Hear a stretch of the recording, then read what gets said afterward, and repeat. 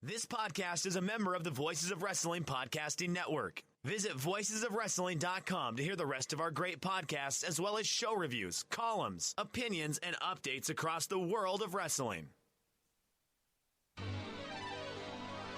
Hello, everybody, and welcome to another edition of Wrestlenomics Radio. I'm Brandon Thurston, broadcasting on demand from Buffalo, New York, where today is Sunday, June 20th, 2021. Today on the program, we have, of course, wrestling television viewership to review. We have wrestling live event ticket sales to review. We have the wrestling Patreon industry, a $2 million plus industry. WWE stock has burst back to reality. AEW is lagging on Facebook. There's a Forbes article on Tony Khan with plenty of interesting information, including about the profitability, or lack thereof, of All Elite Wrestling. All that today and more. But first,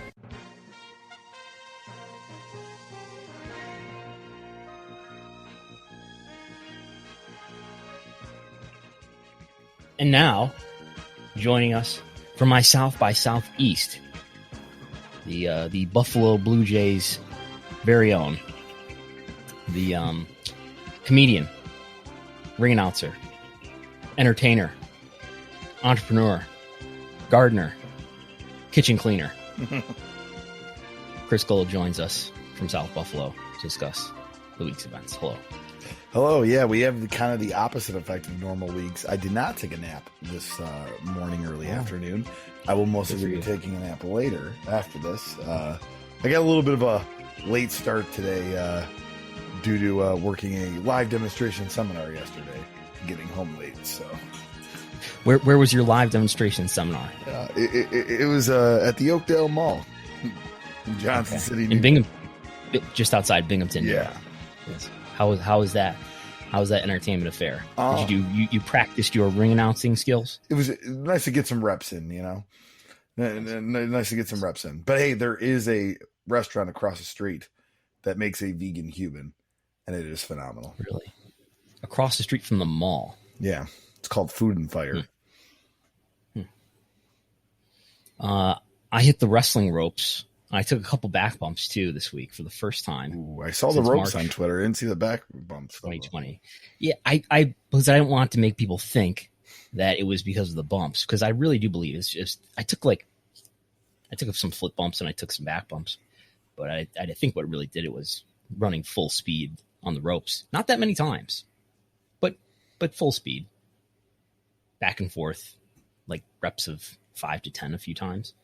I think I'm back to normal today. So we can resume on Monday, perhaps.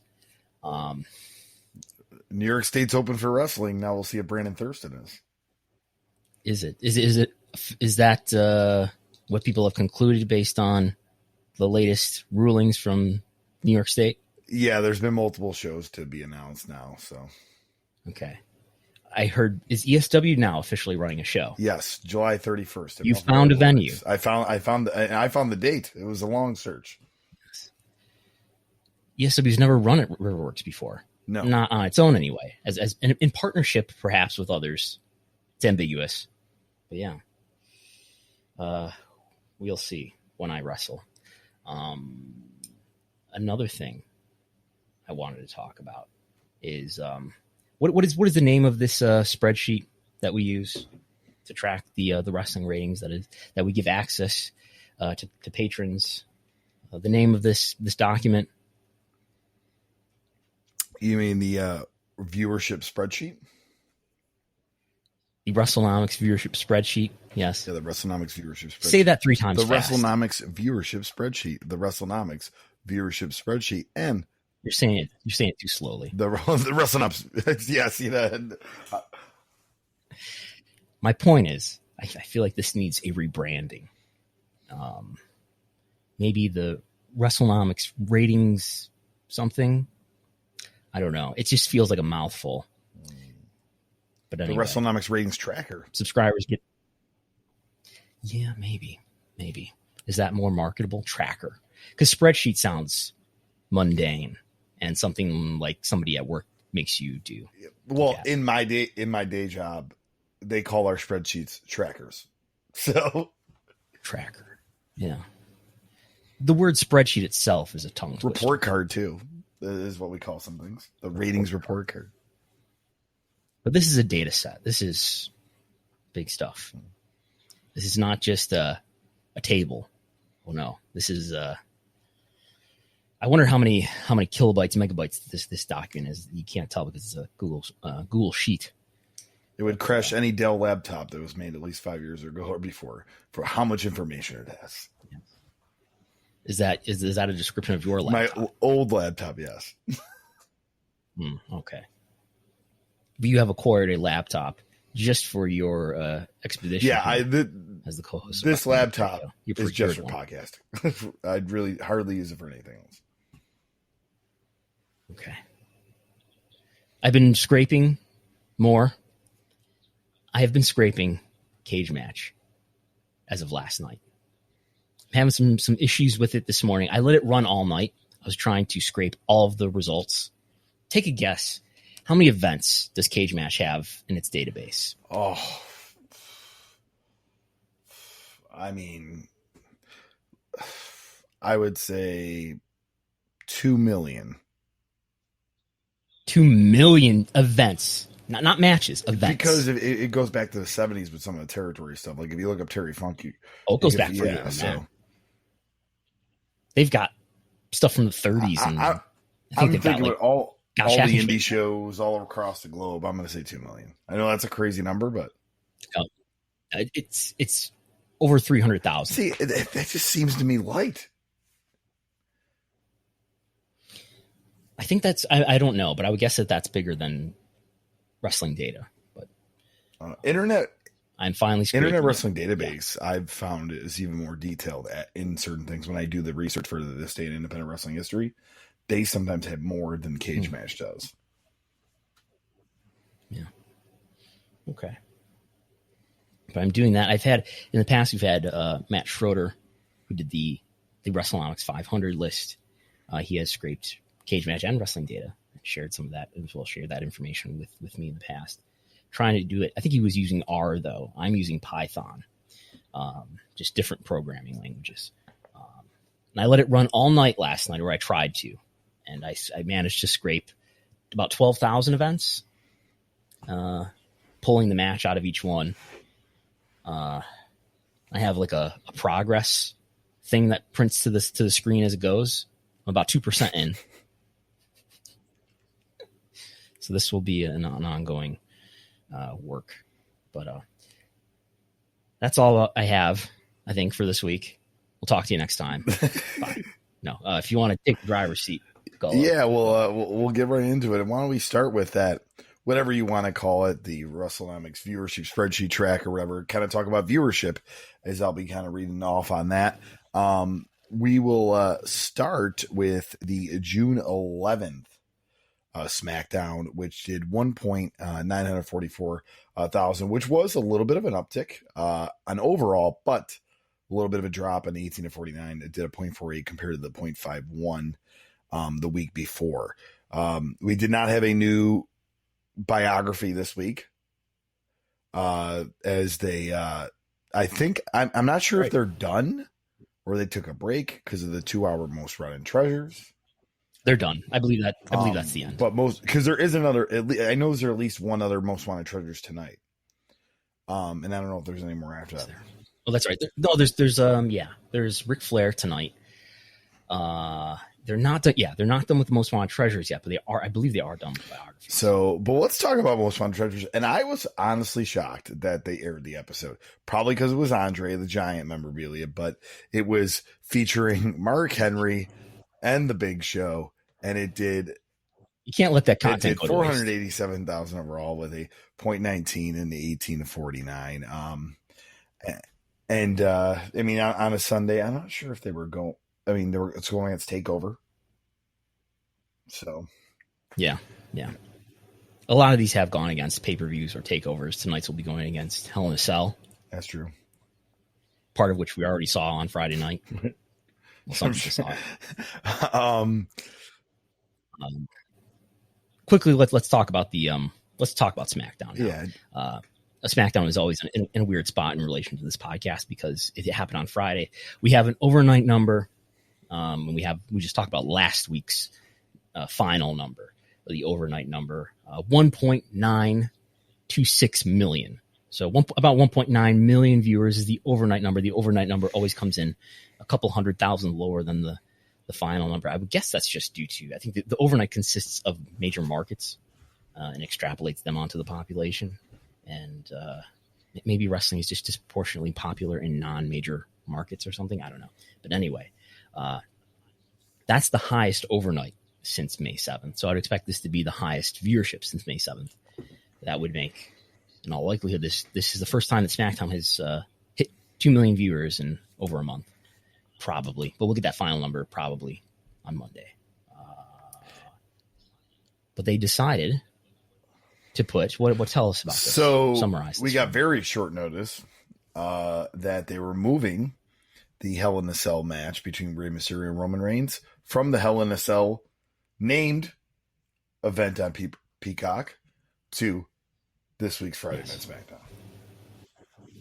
You know, in the linguistic world of World Wrestling Entertainment, it is important to distinguish the Royal Rumble match from the Royal Rumble pay-per-view or event, the Hell in a Cell match from the Hell in a Cell event, the Money in the Bank match from the Money in the Bank event.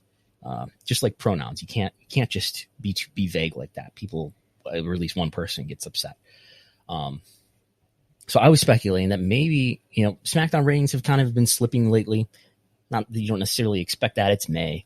It's going against the playoffs at times, the NBA playoffs. But you know, ratings haven't been great lately, and maybe Fox is sitting here thinking, well, you're building up what's happening on SmackDown lately. Well, they're building up this match between Roman Reigns and Rey Mysterio, and that's going to happen not on our TV, not on our show, but on Peacock that NBC Universal, one of our competitors, owns. And maybe WWE faced some pressure from Fox to put that match that they're building up on SmackDown rather than on somebody else's property. I speculated that on Twitter, and I've had a couple people tell me, who should know better than I do, that that's probably not what happened, or at least they believe that's not what happened. You know, when it comes to the whims of Vince McMahon, who knows why anything in that company happens creatively. So, yeah. I can't think of any other reason why. It doesn't make any sense. Maybe Vince decided he wanted to do a cage match before they do their MMA cage match, on which AEW did a MMA style match that night on Dynamite between Jake Hager and Wardlow. Yeah. Which I saw. I didn't see it, but I saw clips of it. It looked, they shot it exactly like a UFC or other pro MMA match would be shot, which was very interesting, I thought. I thought it was cool, and it's something different. But they're trying to get an audience that's very popular. But yeah, nonetheless, yeah, that I mean, obviously it helped with the overnight. We'll see with the overall, but you're thinking over 2. Mm-hmm. I mean, is this something where, see, the problem is then if you start favoring Fox with this, then Peacock goes, well, NBC Universal goes, wait, we paid us for Peacock to put you on Peacock, and now you're not putting caliber. I mean, because let's just face it, of the current active stars, Roman Reigns is the biggest star in World Wrestling Entertainment. The leader in Google web search among those who actually appear on TV. And when you pull those searches, you notice that nostalgia acts normally pop up in the top 10, top 15. Rey Mysterio is one of those guys. Yeah. You know, so these are arguably probably your 2 biggest stars, and you just pull them off, you know, of Peacock. I mean, how now, like, okay, you piece Fox, but now what's, you know, NBC Universal going to think? Like, well, according to Andrew Zarian from the Mat Men podcast, which is part of the Observer F4W site, he says that NBC Universal is not happy about this decision, which would make sense.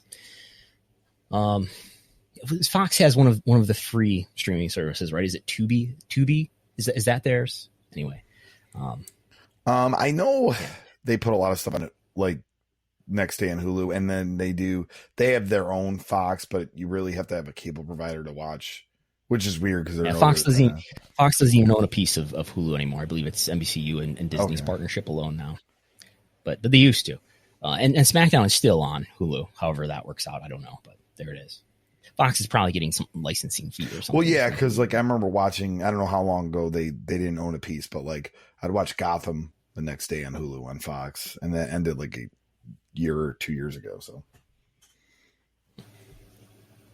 but all right, so we will move on till WWE Raw, which on this Monday did 1.7, a little over 1.7 million, with a 0.49 and 18-49. And if you do the comparison from May 24th, we got a bump over 4 weeks, where that did 1.6 and a 0.45 and 18-49. So this Raw did a bump. Was it the Eva Marie return that did it?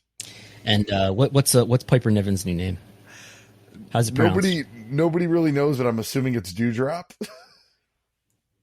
Okay. No, I think I would categorize this as a normal rating for Raw. Even though on a week-to-week basis, the wrestling news headlines will say up. This is after a number of weeks where it was down.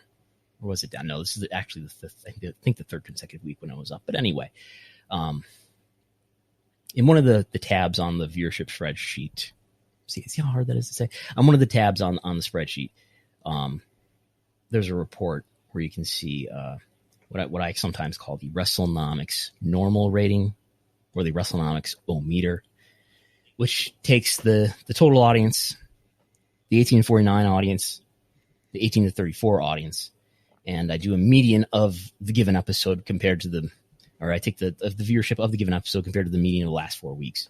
And then I take the median of those three deltas and say, all right, what's the median delta here? How above or below expectations was this? And this is like barely above normal for Raw. And in fact, all the numbers that we now have final numbers for among the 5 in-ring programs that we follow here, 4 out of 5, except for Impact, are nearly at a 0 for normalcy, basically meaning, yeah, this was a very normal number. Impact will be slightly down because they had pretty big drops in their younger audience in the key demos. But anyway. Move on to NXT, which saw the return of Samoa Joe. Did 695,000 with a 0.19 and 18.49. If you compare that to last week, on June 8th, 670,000 with a 0.19 and 18.49. So not much of a difference there. But now we have granularity. Here's a little known fact here. In the Showbuzz Daily era, we would only be talking about these demo ratings, which are now going to, well, I guess SpoilerTV.com is still reporting demo ratings. But we're so fixated on these demo ratings that I'm not sure how much they are actually relied upon in the TV industry overall, but certainly Nielsen is delivering them. If we were still in the Showbuzz Daily era, and we would only know that it was 0.19, and we would say, oh, no difference, exact same as last week, because this week did 0.19 for NXT, last week did 0.19. But because I have P1849 actual viewership counts, we know that the audience was 10,000 people smaller in 1849. So now that comes up as down 4%. Just to give you an idea of how easy it is to overanalyze. Well, yeah, because, being based on the overall number, because they had an uptick, that's why it doesn't seem like there's a drop. I'm just saying it's a 0.19. Did you get what I said there? Oh, so yeah, what do you mean? So that's the thing. If you just heard 0.19, they're, not much of a difference. But as you pointed out there, and as you can see, there was more overall viewers with that, that 50 and plus and probably, under 18 viewership group. So most likely 50 plus, though. Yeah. Most likely. Yes. As we'll talk about later, the median age among all the wrestling programs, in fact, that we follow not just the in-ring programs, all of them. NXT, the oldest of all. Even in this Tuesday night era. So speaking of AEW, a little Friday Night Dynamite, this is the rating from June 11th, which did 487,000 with 0.19 and 1849 with 244,000 overall in that group. And if you look at from June 4th, 460,000 with 0.19 as well, but that was 247,000 in the 18 to 49. So once again, a little bit upticking overall, but the 18 to 49 dropped. Yeah, this was better than last week, but not as good as their first Friday, which was the Friday before they did the pay-per-view. We're looking at what, about half, a little over half of the normal Wednesday night audience. This coming week, Dynamite is on Saturday.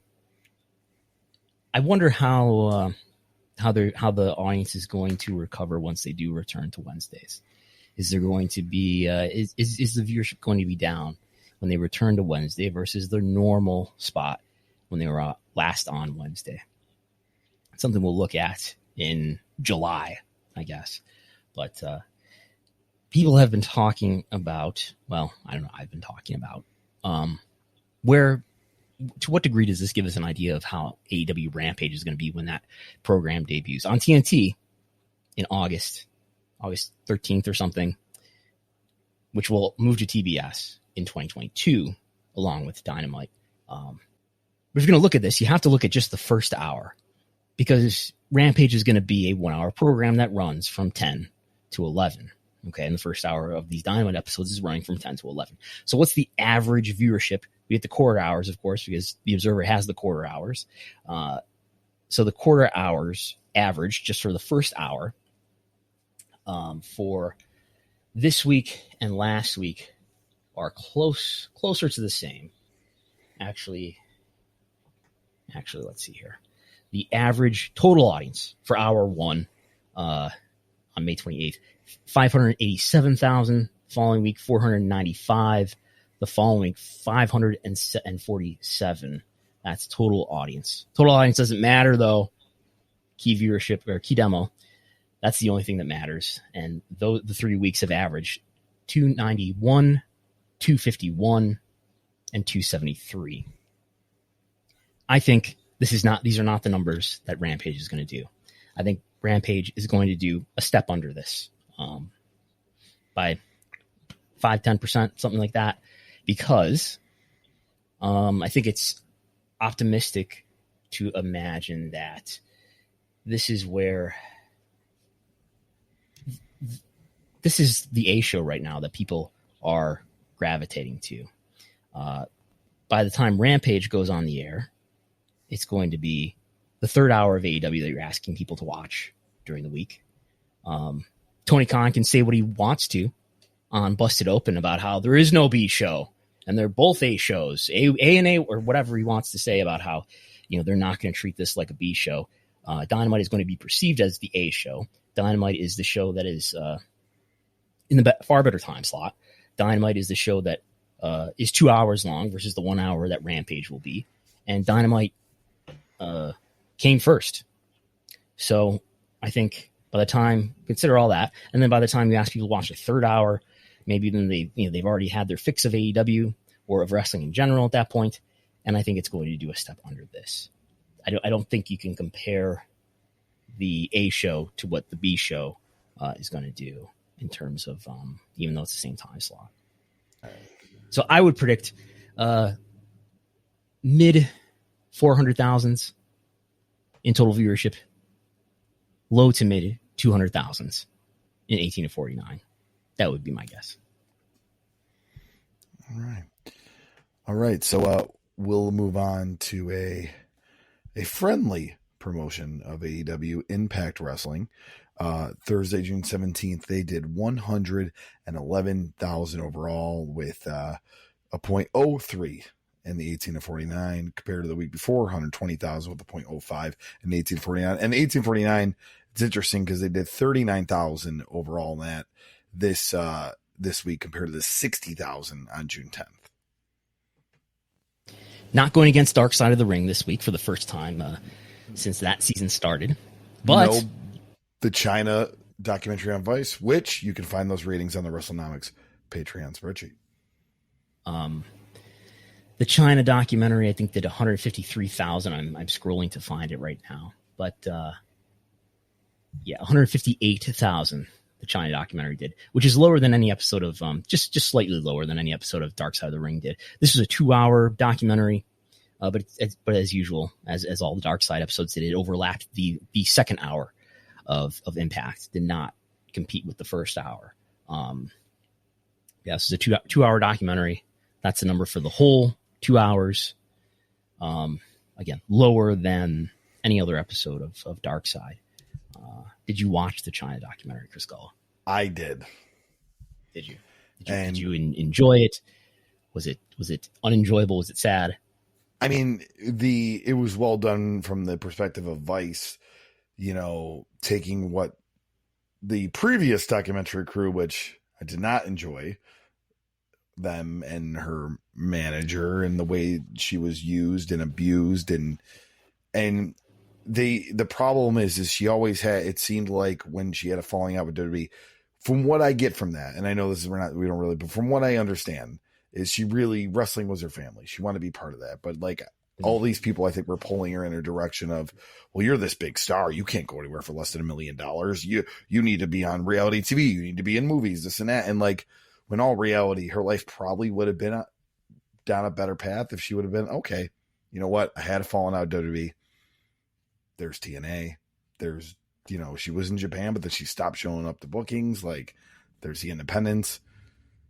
If she really made wrestling the focus and didn't surround herself around these Hollywood, bloodsuckers, like, it's tragic, and I really feel sorry for her. So I mean, I did watch it. Overall, I think what Vice did with it was very good.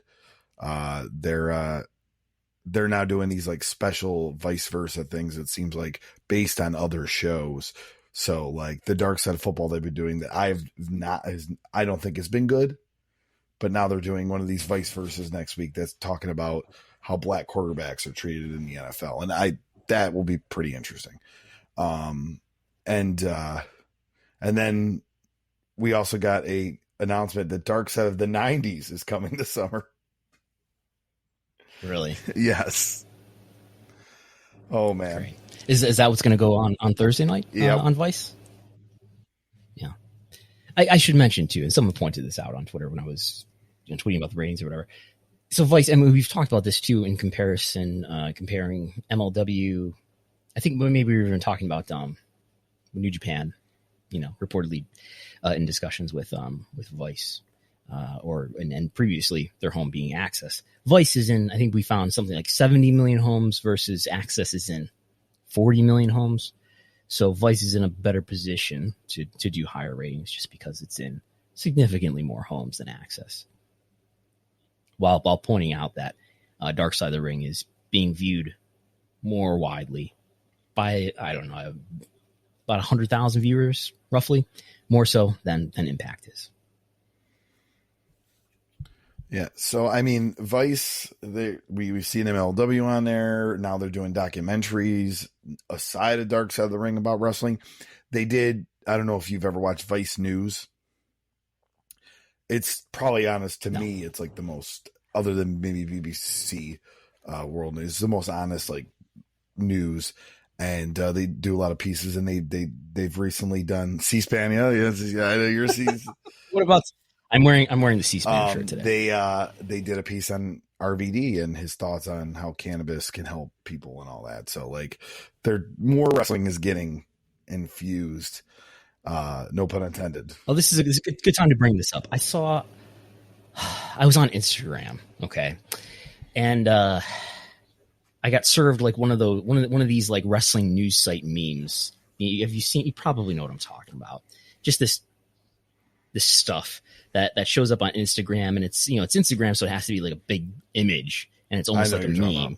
And it was trying to say that like WWE is now no longer fining people for using marijuana or something, right? Because if people don't know, so WWE has a wellness policy. Purportedly, they drug test people for numerous banned substances, they test you for marijuana. They do not count that as a strike against you towards suspension, but they do fine you. But so I saw this suggestion, this supposed report that they're no longer testing for marijuana or punishing people for marijuana.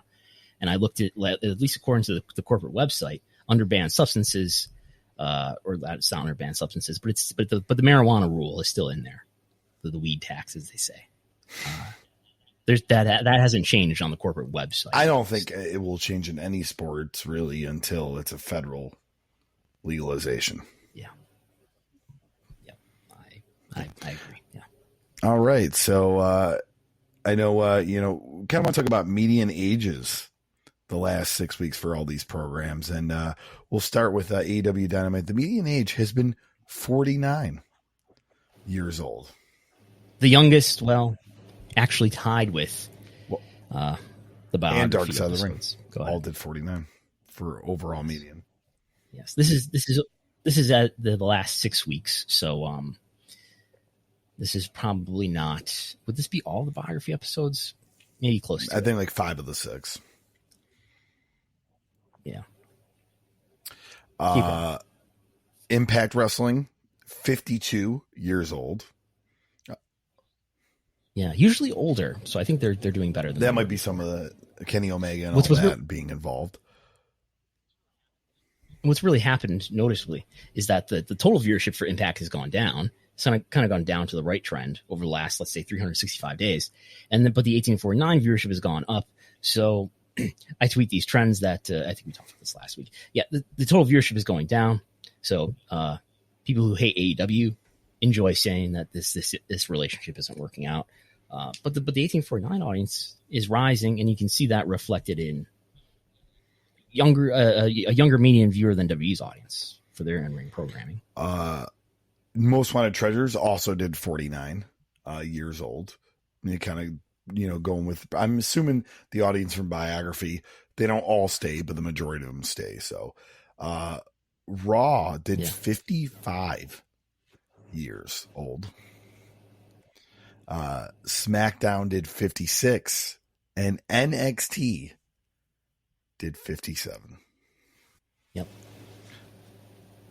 Now I know linear TV. I was talking to someone, a couple of people earlier this week, and they were trying to understand the wrestling business and the wrestling audience. And the linear TV viewer, I do not think is representative of the average wrestling fan. I think obviously the people you're using linear TV are just tend to be older, because people who are younger tend to be using other forms of media, and maybe they're following WWE through the internet, through their phone somehow. Got another NPS survey coming up, where I'll be surveying people about the various in-ring programs, and I usually find through that the median response to that, this is something that's served out through a Facebook ad, which may be older as well, but nonetheless, the median age when I do those studies tends to be about 40. By the way, why do we do median age here? It's a math show. So why not just average age? It's not as if there's this huge variance among people's ages. People tend to die around the same age. It's not as if there's people who are 30 and 32 and 33 and 40 and 279. It's not as if there would be one big number that would skew things, but maybe it's because of the sample. Nielsen is using a sample, so it doesn't want to. It's not like median income, where you want to do median income because you got millionaires who will skew it and give you a misleading result. But anyway, all right, and so now we're gonna move on to a live events update from Brendan Thurston. We should get a little dun dun dun dun. So I did this last week, and I have all the screenshots saved from last week, the 13th, and then I did this again this morning, the 20th, just to see if there was any noticeable difference between any of these seating maps. We're talking about now AEW's return to touring, WWE's return to touring. AEW, we've got 3 events that are actually on Ticketmaster, a couple that are not. So we're only going to talk about the Ticketmaster stuff today. But Miami, which is their first event back on the road, July 7th. Doesn't look great. It didn't look great last week. Doesn't look great this week. I had people telling me last week, well, they just reopened all these different seats because they removed the COVID restrictions and stuff. There's hundreds of tickets out here out of, this is not a big venue to begin with.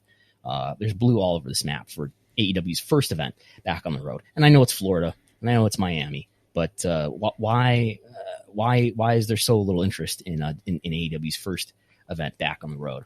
Cedar Park in Austin, Texas, near Austin, Texas, doing much better. Not a ton of difference from 1 week to the next, but most of the seats are unavailable. There's a little bit of blue in the highest regions of the venue. That is on, when is that? That's the 14th. That's the second Dynamite back on the road. And then we jump to July 28th in Charlotte, where there's a lot of availability in the upper levels, but this one looks okay.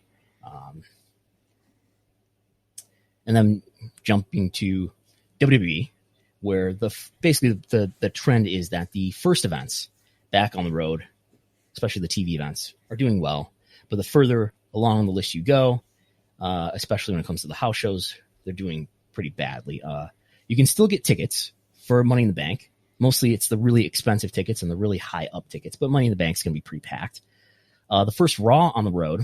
So the first actual event on the road we're not talking about here, that's in Houston. That's SmackDown, July 16th. That's doing well. We talked about that last time. The first Raw back on the road, it does look like they have opened the highest level. There are plenty of tickets available up there, but doing okay. This Raw in Dallas on July 19th. And then we get to the super shows, the house shows, the non-televised events that this media company is putting on. Lots and lots of tickets available for the Pittsburgh house show. Actually more tickets available this week than last week for Louisville. They must have opened up more seats, and maybe there were COVID restrictions. I don't know if you're looking at this, Gullo, but you can see where there's rows and gaps between the rows in the last week image, and then in the this week image, those rows have been filled in with blue dots in a lot of cases. So interesting that they would open seats. Well, I imagine they rolled back COVID restrictions maybe in that area, so they were able to put more tickets on sale. But lots of tickets available for the house show in Louisville on July 25th. July 31st, Milwaukee, another house show. More tickets available this week than last week. Detroit, another house show on August 1st. I'm just looking at it right now to assess it with my own eyeballs. Looks almost exactly the same. Just tons of blue all over the place.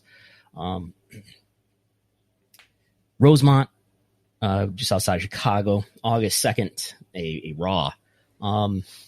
More tickets on sale. It looks like they've opened up the upper level here. Most of the lower level is gone. So this looks to be doing okay, this Chicago Raw taping. Then August 6th, SmackDown in Tampa. A lot of tickets are gone this week that were not gone last week. So that there appears to be some movement for SmackDown in Tampa. Then the house show in Fort Myers on August 7th. A lot of availability there. Gainesville the following day. Doing okay. The Orlando Raw on August 9th. A lot of availability. It looks like they've opened up the top deck. The Tulsa SmackDown, a lot of availability. They do not appear to have opened up the upper deck. Charlotte, more tickets available this week than last week. This looks like, in fact, I made a mistake in the PDF here. Did I? No, I made a mistake the first week. Anyway, there's a lot of availability for the house show in Charlotte. Yeah, that's the Tulsa image there. I've gotten here twice. Anyway. Oh. I did read somewhere that it looks like AEW have sold more tickets than WWE has in Charlotte. I know where that was coming from. Look, I think these are a great Rorschach test for where your biases lie. Then they do kind of look like impulse. I may have heard from somebody who read the Observer. Yeah. May have. Dave thinks that they're right. Hey, look, they're running a lot of the same markets, and AEW is running smaller venues. Yes. WWE is running bigger venues, but I think AEW is ahead of WWE. I don't buy that. I mean, we'll we'll see what happens as we get closer here. Maybe we'll get actual numbers, but I don't believe that. Again, the first tapings, those couple first tapings, the Cedar Park, for AEW, and where is the second one? In Charlotte. So maybe they are doing better in Charlotte for a Dynamite versus a house show. That's possible. But I hear just a lot of excuses being made for whatever your preferred promotion is, and I think it's just you can see where people's biases lie both ways here. It's an August 15th house show. I mean, the way house shows go is there's not a lot of like attraction. Like it's not going to be on television and all that. House show sales usually are better. I mean, I don't have this numbers, but for me, I buy a house show ticket the day of. And I think a lot of people do that around. House shows don't sell as well. I mean, there's no question about that. Columbia house show, tons of availability. A little bit less than last week though. San Antonio Raw, doing okay. Still some availability, a little bit less than last week. Phoenix SmackDown, doing pretty well. A lot better than some of the others, especially for being this late in the schedule here. SummerSlam tickets are available for Las Vegas, the home of Nick Khan, WWE President Nick Khan, coming home to main event SummerSlam. Local boy done good. Yes, there's an article in local Las Vegas media this week. SummerSlam looks to be doing okay. There's some blue, probably among the most expensive seats. There's a lot of resale available, but SummerSlam looks to be doing okay. Again, that's in a stadium. It's not clear to me what the capacity is going to be. House show in Denver, more available this week than last week. SmackDown in North Little Rock, Arkansas, just tons of availability. The arena looks empty at this point. Oklahoma City Raw on August 30th, a lot of availability. And Jacksonville, Florida, where perhaps the market has been saturated for wrestling, on September 3rd when SmackDown comes there. Lots of available seats there right now. Maybe there's some that have sold. And then in Miami on September 6th, tons of availability for Raw on Labor Day. So I think there's, the ones that are doing well, great. There's a lot that aren't doing well. Wrestling should be the beneficiary of pent-up demand as COVID is winding down, hopefully. And I don't think there's much of an excuse for the ones that aren't doing well, other than people aren't that interested in the product, whether it's WWE or the ones or Miami that's not doing well for AEW. As we speak here, it's June 20th, and we do have those 3 July Dynamites. I would think we would get an announcement this week regarding late July, August Dynamites. You would think. Yeah, I don't know. Especially now we're in that competitive market for ticket sales. Things are opening up. New York is fully open now. So, they did announce the USTA show at the Arthur Ashe, but yes, as far as a weekly schedule, hey, this is where we're going to be at until here, until there. We really don't have anything concrete. Yeah. All right. So, moving on to something that got you a little bit of Twitter buzz this week. I saw this thing shared from other people that I didn't even know listen to Wrestlenomics or have interest in Wrestlenomics, but you did a graph breaking down the wrestling Patreon industry. A $2 million industry. No one's ever done this.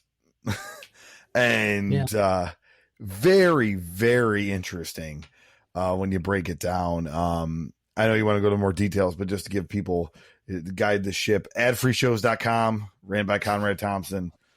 Yeah. The number one in estimated with an estimated patrons, but it was at 3,336. Yeah, as of I think I did this on Thursday. I think I did this. The 17th. I think so. I see Jordan Grace commenting on it. I saw Conrad and which is interesting because Jordan Grace's patron number is not visible. I estimated based on where the search was. There's 2 in here in the top 20 that are not. They do not publish their numbers, but I just sort of grab them. So you search wrestling, and they seem to be sorted in order of who has the most patrons. And so if there's a creator who doesn't have their patrons public, they're couched between, you know, they're between somebody who's above them apparently and somebody who's below them apparently. And I just took the median of who they're next to, and you know, so I took that as I must not be that far off if she's willing to share it, or I'm too high. But yeah, there's 4. So this is just a result of searching for the word wrestling on Patreon, which, as it turns out, would leave out the lapsed fan, because the lapsed fan does not have the word wrestling in their little bio where you're supposed to list like what you're creating. So and so is creating this, whatever. Right? If you don't have the word wrestling in there, you didn't come up in this. But those who did, 440 of them on Patreon. The majority of them have less than 10 patrons. 56% have less than 10 patrons, in fact. So as I said in the tweet, many have hundreds. We now have 125 as of this recording. A few have thousands. The Fightful Select has really been amazing in its growth. I've been tracking that for before this.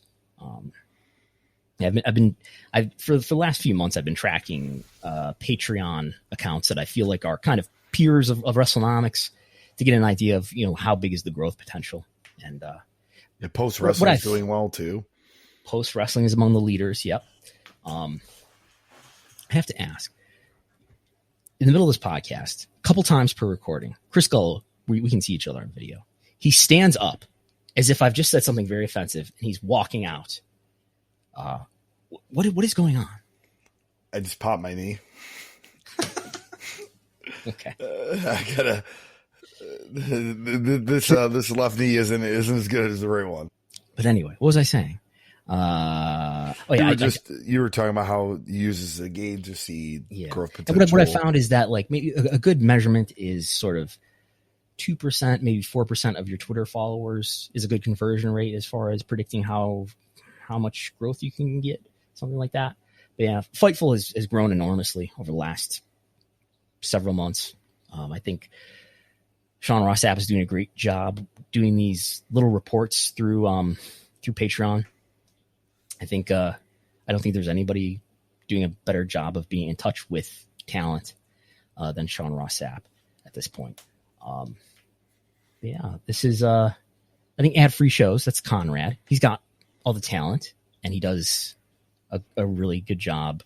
I've heard. I honestly haven't listened that much, but does a good job of doing research and preparing these shows and producing them. OSW Review. Have you ever listened to OSW Review, or do you know what that is? I have not. I've seen it in passing, but I was very shocked. I used to watch their YouTube videos and stuff. It's Irish people being funny about wrestling. It's not bad. I knew it was like Irish or England, but I just didn't know much about it.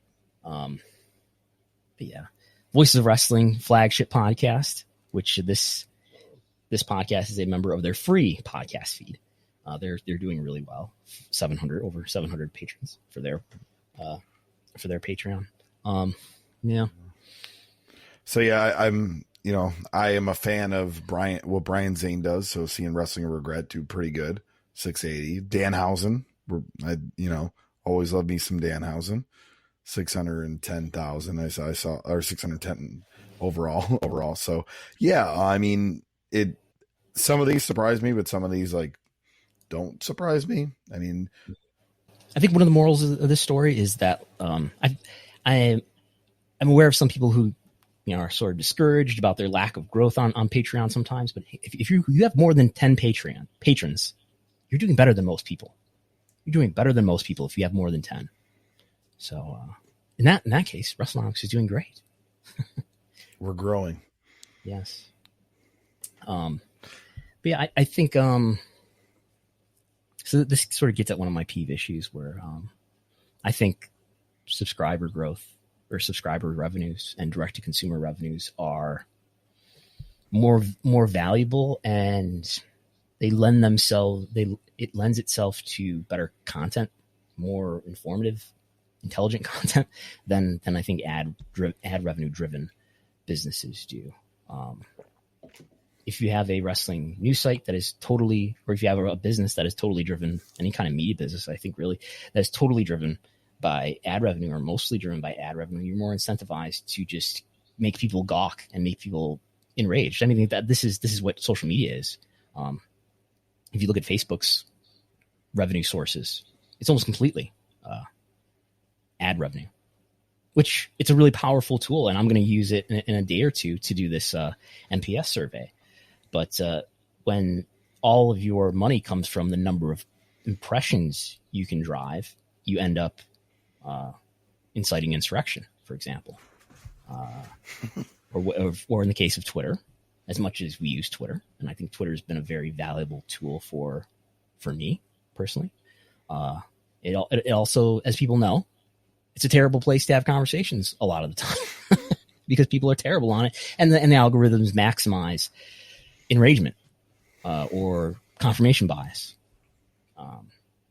They serve you. It's in their interest to serve you what will make you engage. I can't remember what that documentary was that was on Netflix that talked about. I've heard about that. Yeah. And I think Google's another one, another massive business, tech business that's almost completely supported by ad revenue. And I think YouTube has done a lot to make people more stupid than they used to be. Even though YouTube, that's not to say YouTube is terrible, but YouTube is this really great platform in some ways, but in other ways, it's made people worse. But anyway. Subscriber revenues. I think the Patreon, for one thing, when I first started hear people talk about Patreon, there was a perception to the brand that this was like panhandling or asking people for money, begging people for money. And I totally got that. And I was kind of, feeling that way too. And I think over the last couple of years, it's transformed into being more of a subscription service. The more that, and I think what makes this powerful for people who are doing wrestling related content like we are here, the more people use it, there's sort of a flywheel effect here in that the more that the average person is using Patreon for at least one creator, the more likely they are, the more comfortable I think they are with subscribing to your Patreon too. And I think that's just going to increase over time as people who are, younger now become older and gain more income. They have more disposable income over time. These are the people who are going to be more likely to subscribe and to patronize a creator who's this sort of niche creator that's not this big mainstream personality or something. So I think this is a really good area to invest in. I shouldn't say that though, so don't compete with me. Turn off your Patreon, and I want all the subscribers for ourselves here. Yeah, it's it is creating extra content, something special for your niche audience, because not everybody, your overall audience, is going to be a patron, but like for for me, like I've said it here before, I'm a patron of Between the Sheets because I just short of this list, by the way, I love what they do weekly, but I actually preferred the deep dives on a certain topic, and it is kind of inspired my other podcasts. It's so it's capitalizing on your niche, and I don't think it's making your non-niche audience go, how dare he put something over there, and even like with ad-free shows, a lot of it is just early releases.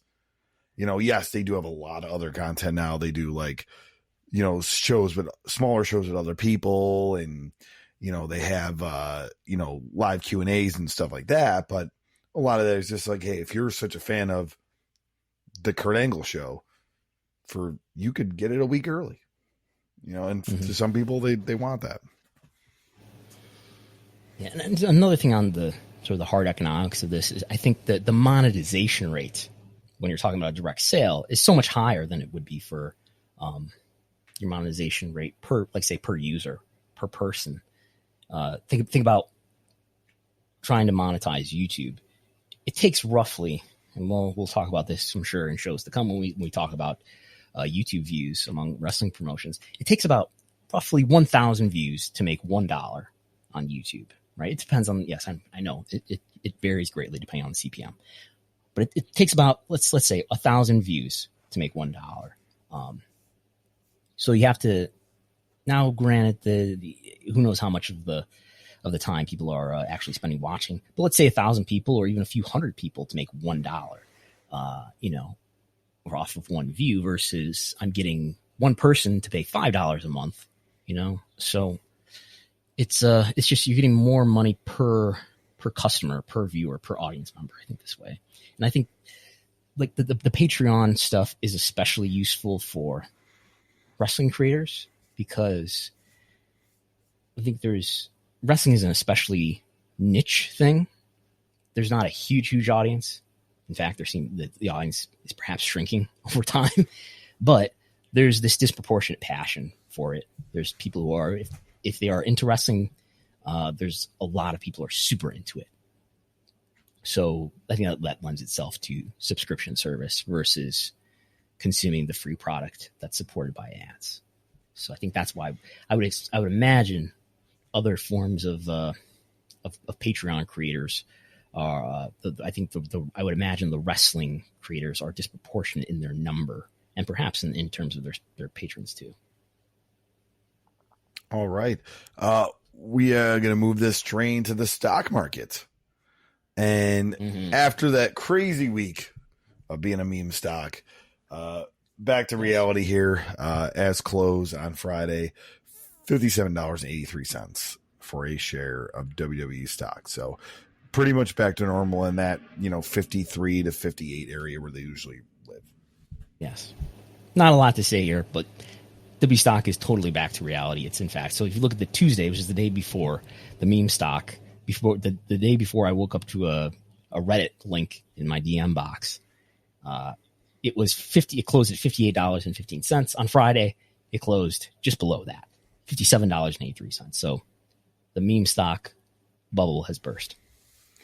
All right. And we're going to move on to something interesting that you broke down this week, Facebook video viewing and how in comparison between AEW, Glory Kickboxing, Impact Wrestling, WWE Network, UFC One Championship, and the WWE in general, for their Facebook videos. And no surprise on Facebook videos, WWE is number one overall for March, April, and May. Yeah. Over 1 billion YouTube views, Facebook views. Is that right? Yes. Yeah. Facebook views, over 1 billion. Now, a Facebook view is not equal to a YouTube view, which is what we're about to talk about here.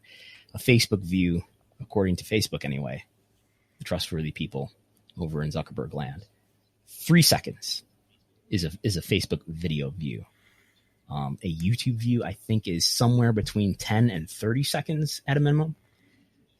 So it's easier to register a Facebook view than it is a YouTube view. But anyway. Yeah, and I mean, you look at it, AEW is, compared to this list, the lowest. And maybe something that you will that you'll actually look into when they release of what happened on Dynamite and all that. Instagram gets a lot of it, and it gets it the quickest. So if you want to, you're not watching Dynamite and you're like, oh, what did Britt Baker do? It won't be on YouTube yet because usually they only release one thing that night, and then the next day they start releasing stuff. I don't really go to Facebook to find AEW content.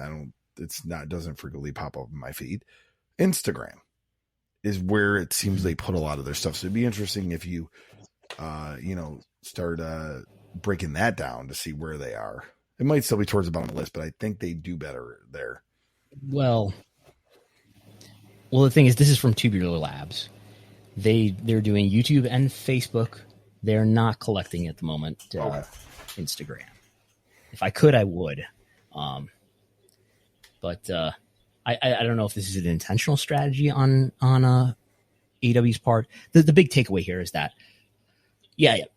WWE's through the roof. Of course they are. But even in the comparison of Impact, AEW is now on YouTube. AEW is now exceeding Impact. And Impact has probably benefited because they have a 20-year legacy at this point. They have a ton of backlog library, right? Which AEW doesn't have. But AEW is exceeding Impact in terms of monthly views on YouTube. But on Facebook, AEW is doing a 10th of what Impact is doing.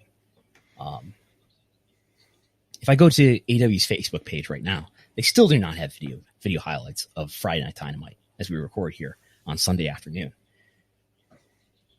I don't know if that's an intentional strategy. I don't know if that's just a lack of people on a social media team. I don't know if it's a lack of understanding or what. But yeah, I know other people in the who work in social media for wrestling companies who are just dumbfounded by what they're doing. If we look at YouTube overall, and in comparison to AEW, I mean, they obviously seem doing better there. They're kind of in the middle of the pack when you compare them to Glory, Impact, One Championship, UFC, and WWE. And WWE by far, I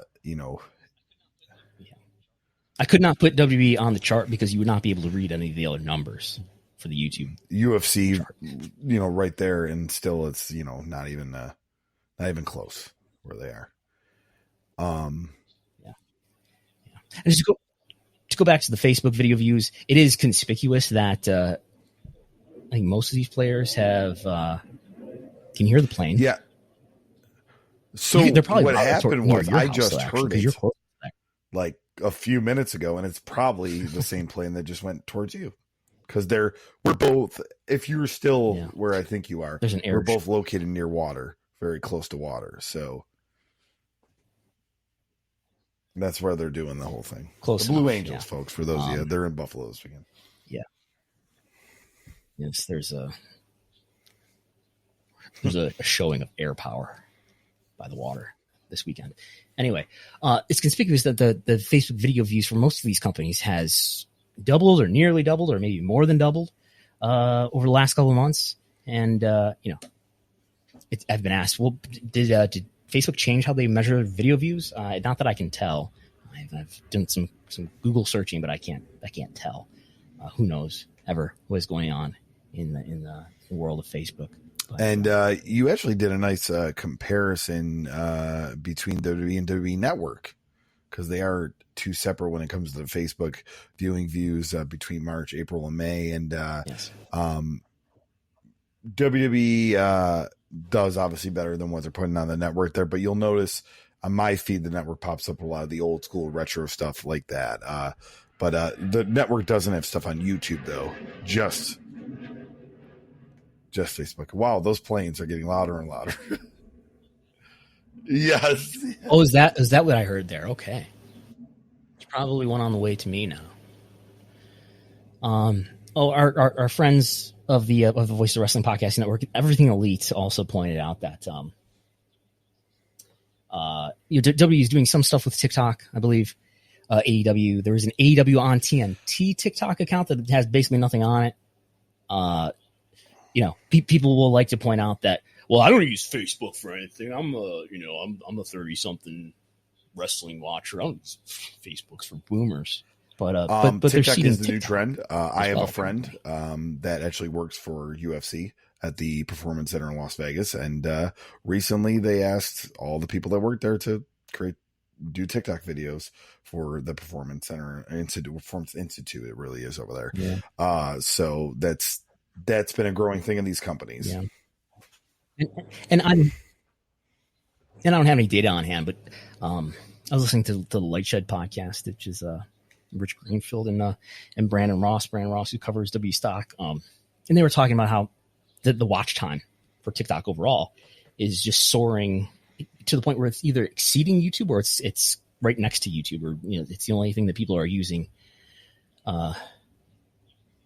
It's the only thing that YouTube is the only thing that's being used more than TikTok in terms of total watch time, and the audience is very young, right? It's not just recently comes to playing.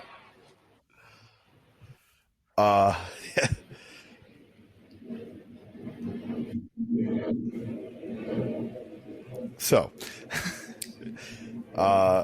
Anything before we move on? I actually want to, before we go to the Tony Khan article, I have two small things I wanted to bring up because we can pretty much end with the Tony Khan article.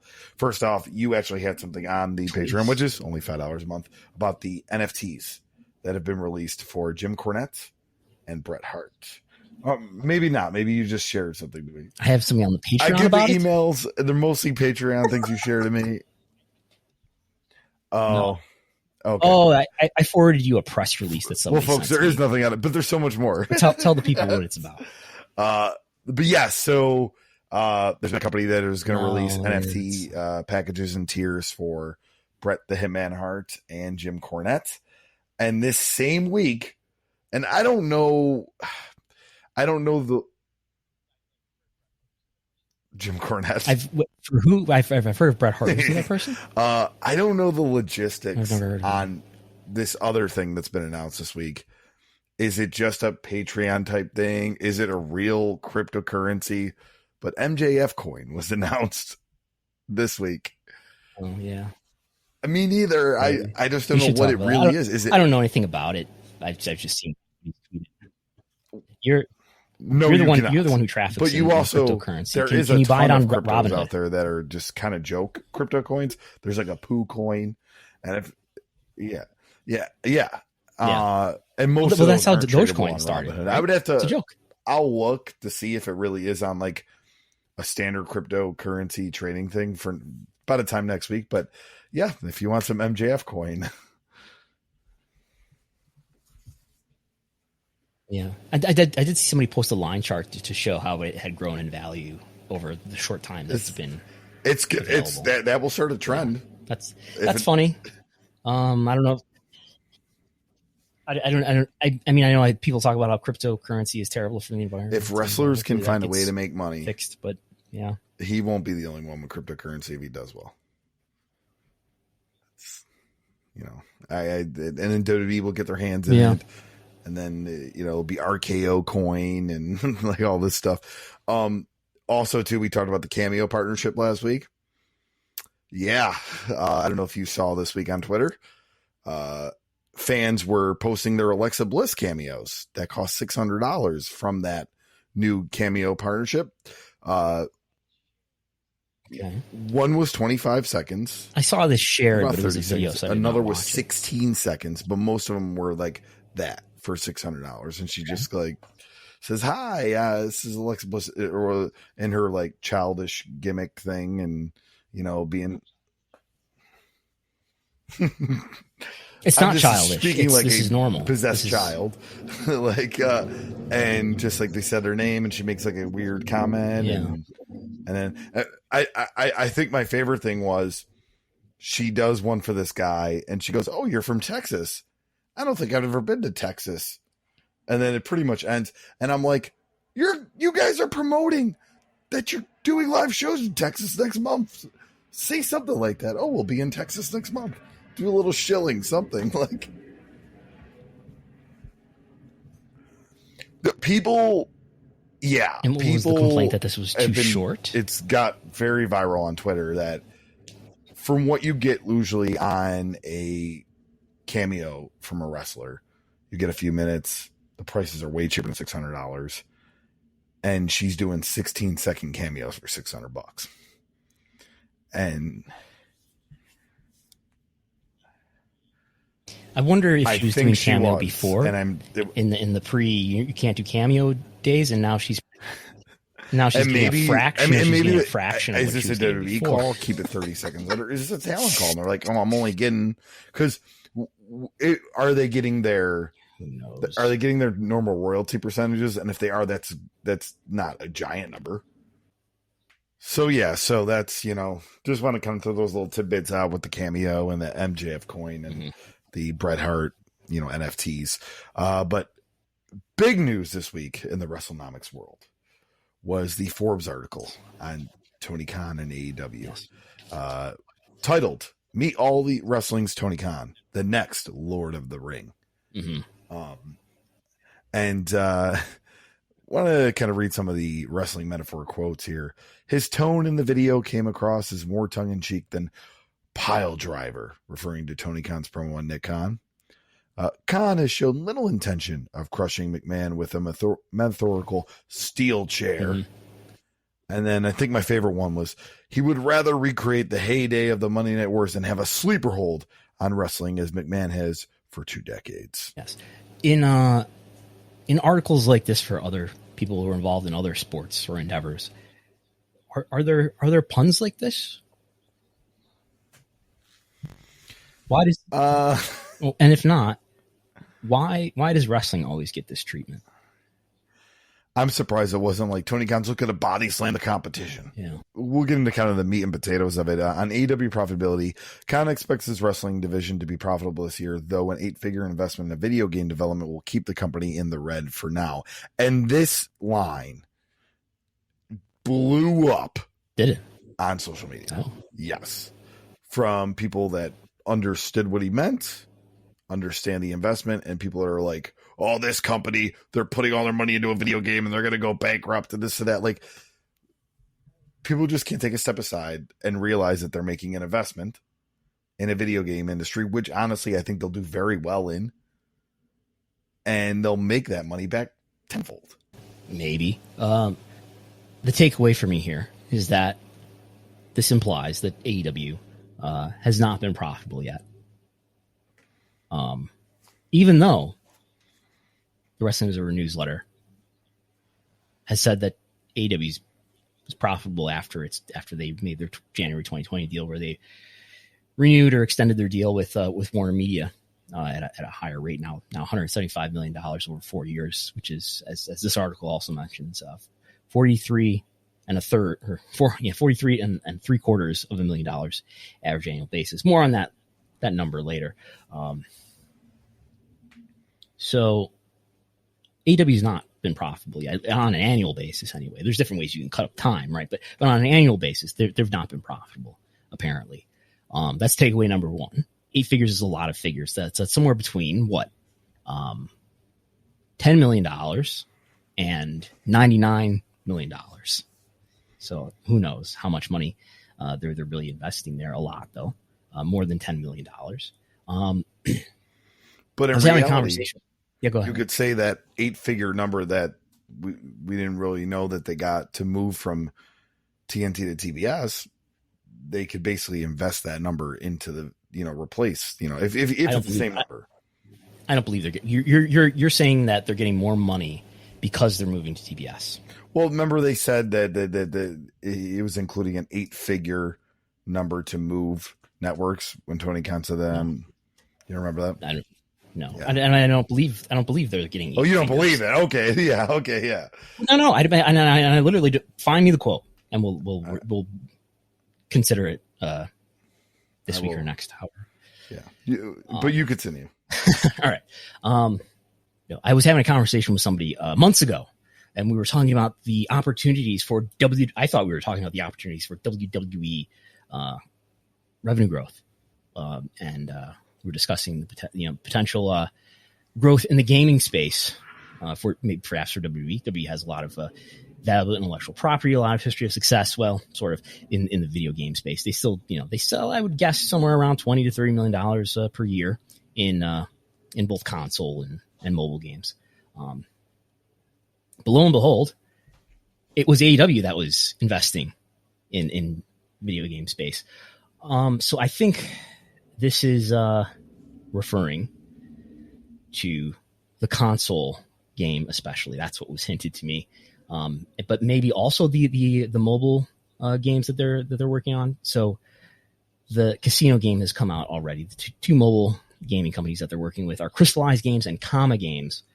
It's hinted to me that is the smaller piece compared to the investment in console games. Ukes is producing their console game. Do you have the quote? It was not a Tony Khan quote, but PW Insider reported that it was making the rounds that it was an 8-figure payday from Warner Media to make the move anywhere between $10 to $100 million. Yeah, that does sound familiar now. No, I don't believe that. Well, over what time too? On an annual basis? You're telling me they got a $10 million increase on an annual basis? I'm not saying they did or not, but if they did on a deal on a deal that's about $40 million per year. They got a 25% increase. The point I'm trying to make is that the world is burning, or perspective that a lot of people are taking on social media because of this investment in the video game. It's not. I think they'll do well on that, and there is other areas they can replace that investment. Yeah, I will say this. There's a tremendous amount of misleading information and incorrectly believed information about AEW's financial state that I think certain people in AEW are fine to have out there, and certain people who are writing about AEW and trying to get an audience to understand AEW just don't understand, and don't know the finance details well, maybe don't know the math details well. And I think there's a lot of, it's not a publicly traded company, so who knows? And it's just a private company. So yeah. And I think it'll stay a private company despite fantasies you can have about it being a publicly traded company or something, or a SPAC. No, I think it's, and this is reflected in the pay-per-view numbers as well, right? Everybody always thinks the pay-per-view numbers are X. I think they're X minus something. I think there's just a lot of people are happy. Certain people are happy to have this exaggerated view about AEW's performance out there. Certain people are not scrutinizing enough of the information that they're being given. All right, and we had thoughts from Shahid Khan on AEW in the article. He said, "I absolutely didn't think this was a good idea." The Elder Khan says, "But I told Tony, look, when I'm dead and gone, I'm going to be leaving you and your sister a lot of money. Why don't you blow some of it while I'm alive?" Yes, that's interesting to hear that Shad did not think this wrestling thing was going to work out. I mean, I remember hearing about this when it was in the works and thinking, well, yeah, WB sitting on their ass, spending lots of money and doing lots of big things, but the creative sucks. And look at the media rights values. They're going to grow over time too, and they are. And yeah, if it's an enormous barrier to entry though. You have to have a ton of money, and you have to have the sports credibility. I'll say something nice now after I said some harsher things earlier. You have to have the sports credibility, and Tony Khan absolutely has the sports credibility to get on TNT, for example, which is the biggest piece of all, probably. All right, and other notes on it: the $43.75 million AEW received from TNT last year made up the largest share of its revenue, but that's a rounding error compared to the publicly traded WWE's record $974 million in revenue in 2020. Yeah. Surprised to see the Observer not go through this with a fine-tooth comb this week. $43.75 million is the average annual value if you divide $175 million by 4. I believe a lot of that money is guaranteed and escalating, just like the WWE's deals are, but some of it isn't. Some of it's ad revenue. So it's guaranteed and escalating, some of it. So that means it's lower in the early years, higher in the later years. So the money that they got, what does it say, this year, last year? Yeah, so it was a large share of its revenue. Yeah, last year. Yeah, it's comparing their 2020. They probably got something more. Yeah, they probably got something more like $38 million or something like that, not 44, because it's escalating. And I think there is this margin of ad revenue that 10%, about 10% of it that may fluctuate back, plus or minus of whatever is guaranteed. So more like 38, not 44.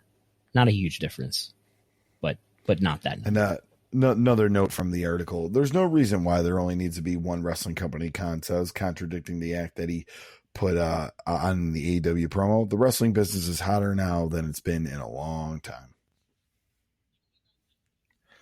Do you believe that? I don't believe the money might be better, but the ratings isn't there.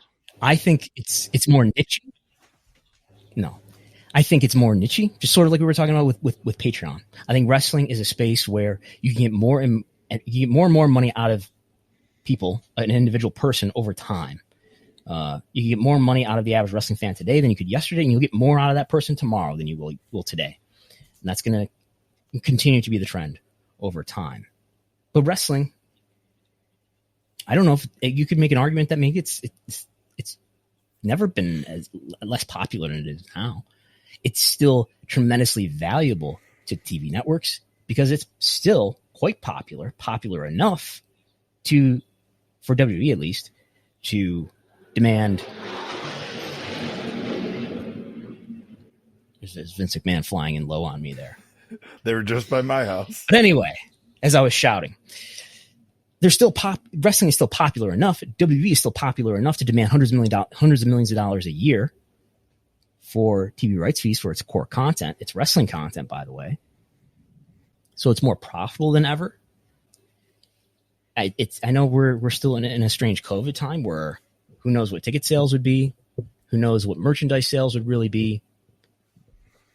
But WWE is less popular, I think, now than it's been at any time in my adult life.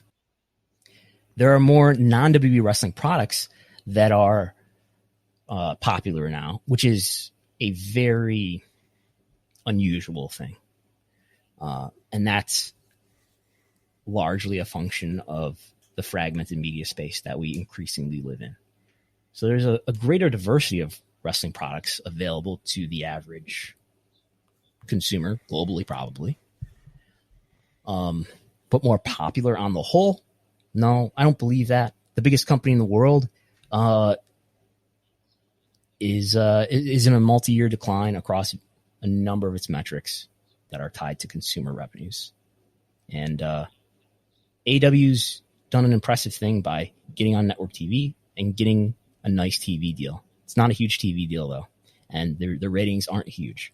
Their ratings are pretty good, at least when they're not on Friday nights. But I don't see them as this, they're not massively popular either, obviously. All right. Well, with that, I'll give my plugs. Check out Chris Gello on Facebook, Instagram, and Twitter. Things are getting busy in July. So, in July, I'll be doing one last live demonstration seminar for Excite Wrestling. And then July 10th, I'll be in New Jersey for NFW. But yeah, so it's going to be a busy July. And as far as the rediscovering the indies side of things, we are recording this week the last episode in the XPW journey and saga. Mostly going to be covering the trial, the reunion show, and the legacy of XPW. So you can check out RTI Pod on Twitter. Who owns the tape library? Rob Black, as far as I know. I want to look more into that because that is something that should be on IWTV. It really should. When the That's Our Mongo Twitter has been posting clips from it, and they've gotten tons of retweets. But yeah, so Instagram, Facebook, Rediscover Indies, RTI Pod on Twitter. So you look for June 30th will be our next episode. The last day of June. Go off the month with a bang for that. You can subscribe to the Wrestlenomics Patreon, which we've talked about a great deal here today, for $5 a month. For that, you get I've been doing ratings updates lately that are first reports. They're not first reported elsewhere. Here in the post Showbiz Daily world, where we have spoilertv.com, but it's it looks like they're only updating like once a week. They'll just do like a week at a time on one day. But anyway, this week we've got Ticketmaster seating maps for WWE and AEW for the patrons, which we discussed just now. But you can look at it for yourself. I've got ratings on the China documentary. I got ratings on Impact Wrestling, on Raw, SmackDown, AEW, Most Wanted Treasures. There's a notebook from last week. You get access to the Wrestlenomics ratings tracker, Wrestlenomics viewership spreadsheet, whichever you prefer. You can follow Wrestlenomics at Wrestlenomics. You can follow me at Brandon Thurston. I'm Brandon Thurston. I'm Chris Gello. And we'll talk to you next time.